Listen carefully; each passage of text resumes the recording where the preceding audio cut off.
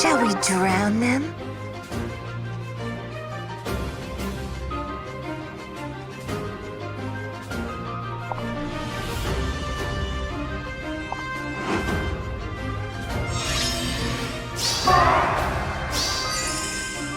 Time for a swim? All right. Best wishes. If that's what you want.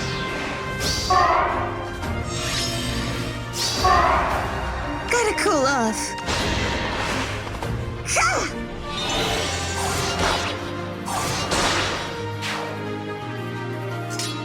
Yes.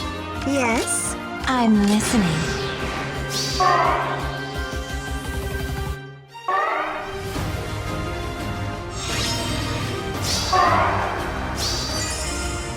Very well.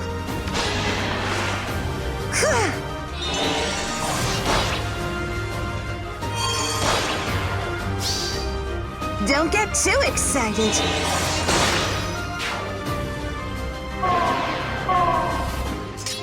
All right, let's go.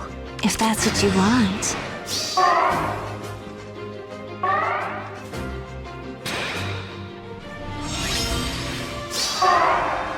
Time for a swim?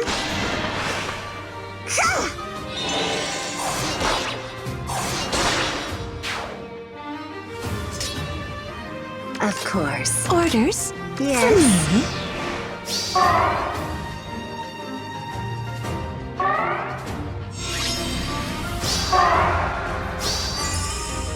Gotta cool off.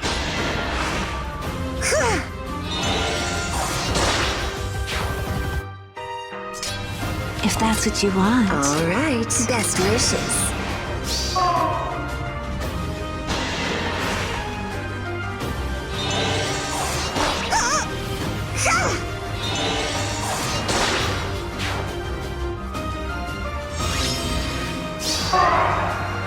Very well.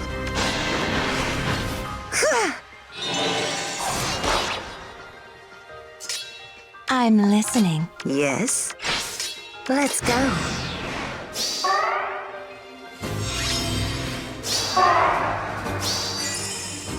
All right. Yes. If that's what you want. Time for a swim? I'll bury you in the sand.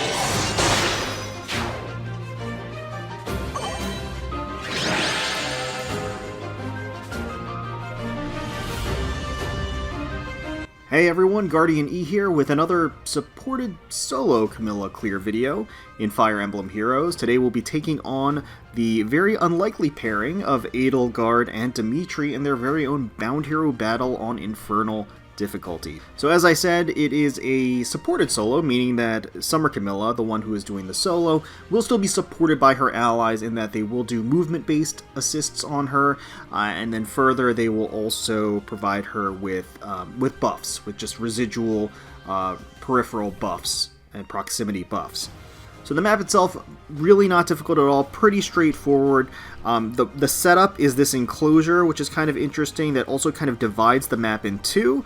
You have these partitioned off trenches that would prevent cavaliers from moving past this area very easily, but that won't prevent you from actually baiting the units out as you want to, because the cavaliers could actually move on these trenches and bait accordingly, direct or redirect the AI. The AI doesn't move unless you bait them or attack them, so they are just going to sit there until you bait them out. Now, Edelgard and Dimitri pretty much have their default kit, so nothing really too much to discuss about them. They do have pretty darn good stats, and their base kits are pretty good as usual, so just something to watch out for, I guess. Now, Dimitri does have odd attack wave, and I guess it's worth noting that the Axe Knight also has even attack wave, so this pair together means that if they move in tandem, they'll be constantly getting a +6 attack buff to both of them if they're moving conjoined towards you and in their approach. Now those are the only two activated buffs on this team, other than the Red Mage having Rally Up Res Plus, which of course she can't or he can't activate on himself. So they have Rotter Blade, and the Rotter Blade can only get a boost if they end up going up the right path where Dimitri and the Axe Knight are going to be. So that's worth noting. The Cleric over here does have Melancholy Plus, which is the regular non-seasonal version of the Witchy Wand Plus, of course, that inflicts guard on in a radius around the target, as well as resets the special cooldown. So that's something worth noting if you rely on your specials. And then this Sword Fighter over here has the all-new Repel 3. I guess it's not all new, but it's relatively new Repel 3 that does some damage reduction based upon having consistent speed, or consistently outspeeding your opponent. And while his speed's okay, it's not bad, also has Darting Blow 3 and Rouse Speed Defense 3, so naturally has the ability to get additional speed, but it's also not too difficult to outspeed him. So let's get started and take a look at the Camillas themselves. Obviously, we're going to start with the star of the show, which is going to be Summer Camilla. She is merged at +10 with an attack asset. Now, we just made a couple of adjustments. She does have a Blar Blade as her weapon, repositioned Draconic Aura for the special. She has Death Blow 3 for the A slot, which I swapped in, Desperation, Goad Flyers, and then I put Brazen Attack Res 3 on her just to improve her killing potential as well as tankiness later into the map. It just does come in handy to let her tank a hit or two. So that's going to be Summer Camilla. Now, the rest of the Camillas are going to be support role only. They're really only going to be there for the purposes of providing Hone Flyers in the case of Vanilla Camilla here, as well as Chill Attack 3 for the Seal, and Camilla's Axe buffs, I should say. We have Brave Camilla here. Again, she's really only going to be here for Goad Flyers, and that's basically it. She can't even reposition as a healer. Yes. And then you have New Year's Camilla here, who has reposition and Goad Flyers as well. So that's pretty much it. The rest of the kits are there for AI manipulation, more or less, but I haven't changed any of them. So it's really just Summer Camilla that's changed things around, and it's really just Death Blow and Brazen Attack Res.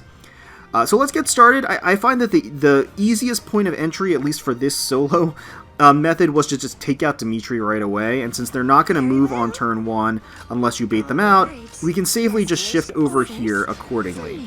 So that's exactly what we're going to do, which will line us up to get that double attack on Dimitri right here and secure that kill, which is perfect. She has the Hone Flyers buff, so she is getting that +6/+6, which is also doubled because of the Blar Blade, I should say. And then we're going to reposition her to safety, and we're going to also just put New Year's Camilla behind her. And we're actually going to shift Brave Camilla over here to this tile. The reason why we're doing that, we're trying to manipulate the AI so that the Rauder Blade user follows Edelgard on the left side rather than flowing up the right side. So now that we've done that, the Cleric over here is nice and vulnerable, so we will just take her out, and Summer Camilla is going to take some damage in the process, which will activate that Brazen Seal on her, which is fantastic. Unfortunately, also inflicts guard on her, which will make it more difficult for her to actually proc her special. But that's fine. We're just going to go ahead and shift up behind here and sit pretty as the enemy forces make their approach. They're going to go into a little bit of a Rally Harsh Command trap over there. Or loop, I should say, and then Edelgard overextends, and we can just very, very, very easily take her out by doubling her on player phase. And then that is that. And then at this point, we can just continue to sit here, more or less. We don't really have to worry about anything. We have them both making their approach, which is fine, and at this point we can take this opportunity to double and take out the Sword Fighter. We don't have to double, actually. We do enough damage. And then we're just going to shift slightly back so that everybody's outside of the range of the Red Mage other than Summer Camilla, who's going to be tanking this hit. Pretty simple. Easy peasy, there we go. Red Mage goes down, and then now at this point all that is left is this Axe Knight, who is very tanky, has Pavis, has Rearguard Plus, Wary Fighter, but pretty pathetic res, so we will really have no problem just kind of chipping away at him. We'll take one chip there, wait for him to approach, and then we will go ahead and just finish him off. We like big numbers, we always like seeing big numbers, so we're just going to give her full support here as we attack into the Axe Knight. So that's it. That is the strategy that I employed with Summer Camilla to clear this Infernal Bound Hero Battle Challenge. Let me know what strategies and teams you ended up using to clear this map. If you ended up using a theme team or a troll team, let me know in the comments below. Hopefully you guys enjoyed the video, and if you did, please feel free to leave us a like, comment, and subscribe to the channel for more Fire Emblem Heroes content. We thank you all so much for watching and taking time out of your day to spend with us. We really, really do appreciate it. And until next time, I hope you all are staying very, very safe out there with your friends and family. I'm wishing you all the best. And let's protect those skies.